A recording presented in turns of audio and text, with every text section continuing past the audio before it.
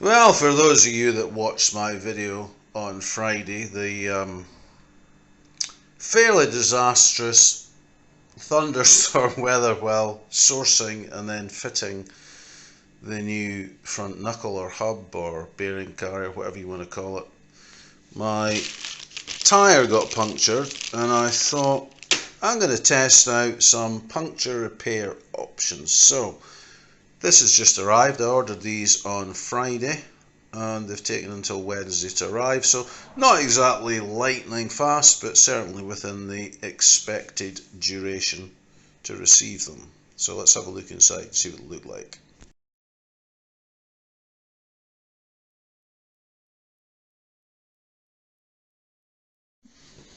It looks like a Chinese package.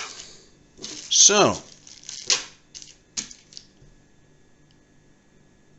1, 2, 3, 4, 5, 6, 7, 8, 9, 10.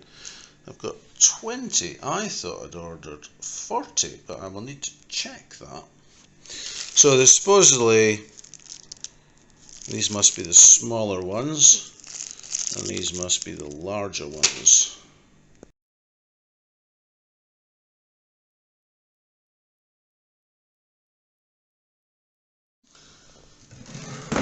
So my memory was false. It was actually 10 large and 10 small, 20 in total. So I didn't expect them to come individually wrapped, but that's what they look like. So that's a large one, and that's a small one. Doesn't look very screw-like, that one, does it? That one looks screw-like. Yeah. A bit of a flaw there. Oh no, sorry, it's turned upside down, that's what it is. The screw part. So, just at the point the postman delivered these, my soup for lunch pinged on the microwave, so I'm going to have my soup first, and then we're going to go out to the punctured wheel and have a look. I should really have given this table a bit of a wipe, I think, but anyway, we'll see if it's a successful puncture repair.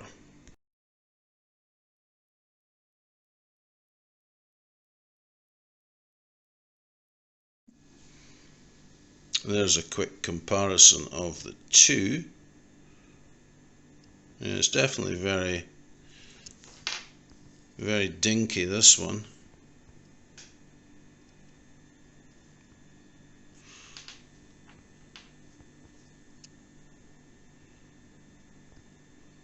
So I'm not sure if there's meant to be any special techniques to use these other than just simply screw them in, but anyway, we'll soon find out.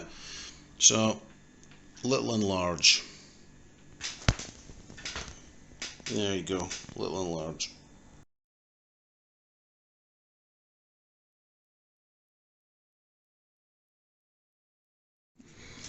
Here we are outside then. I've got my trusty Halfords Advanced Phillips screwdriver, and I've got one punctured tyre.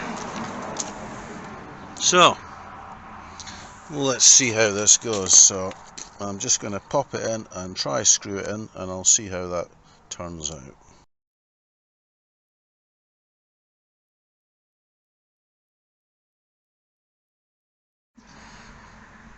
That's me ready for a good screwing. I don't know if that's some sort of rubber solution or something, this white stuff, but anyway, we're going to attempt to screw that in and see if it seals it. It may or may not be a success. Time will tell.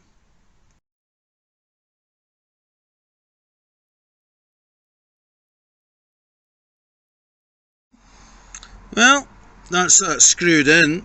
I can't say that felt particularly tight, so I've no idea if that's going to be a success or not. I shall get the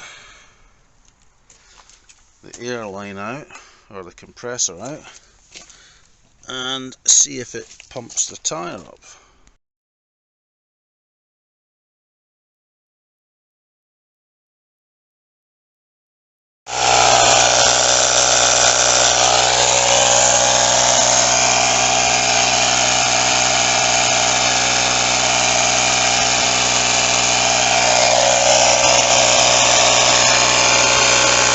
definitely air going into it, if you can hear me over the compressor.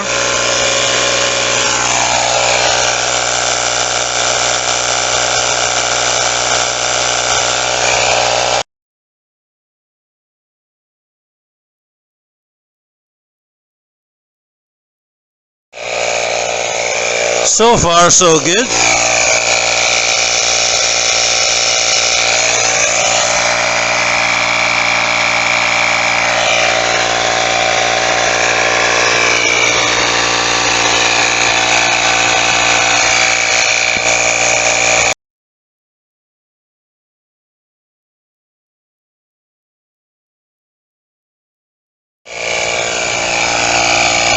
I'm going to stop at 40 psi.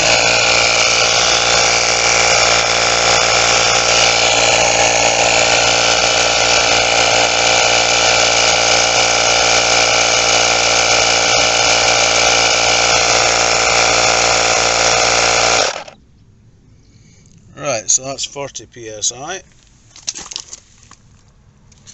I can't hear any sound of any air escaping.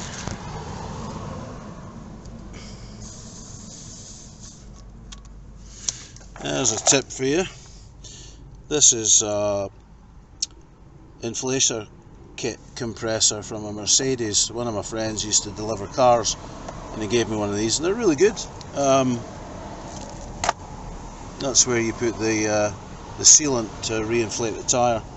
But yeah, this has been a really good compressor. Best of all, it was free.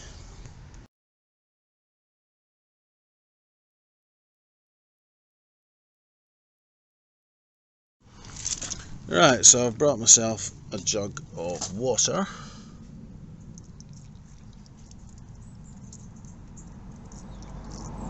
Is that bubbling? I think that might be bubbling.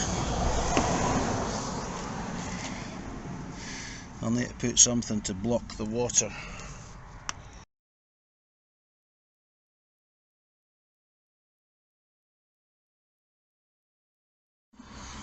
Well, I'm afraid it is a fail.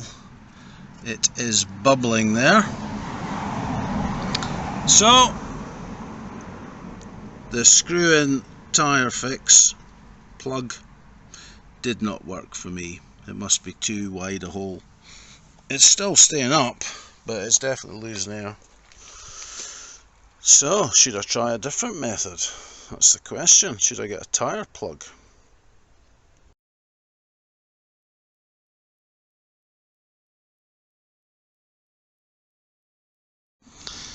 Well, here we are the following day, and 65 pounds later, I have now got a Cormoran tyre, which I'm told is a, what do you call it, a Michelin tyre, supposedly. Treadwear 580, so I suppose it should be fairly long lasting.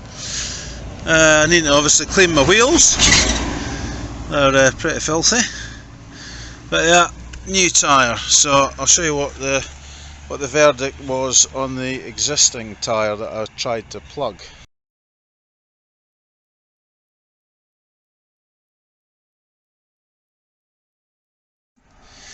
So this is the inside, and that's where the plug was, the little screw repair. But according to the tyre people, there was too much wear on the inside and it would have been a problem. Now, whether or not that is the case, I don't honestly know. But I've brought the tyre as a spare because it's still pretty good. There's a good, I don't know, 3 or 4 mil above the wear bar there. But yeah, that'll be there. Anybody need any 98 5 by 98 alloys with 205 55/16s? I thought these were 114.3s, but they're not. So I've got 4 with Michelin winter tyres. If anybody needs some, So yeah, that'll just get put away somewhere out of the UV, and perhaps put onto a spare wheel rather than using this miserable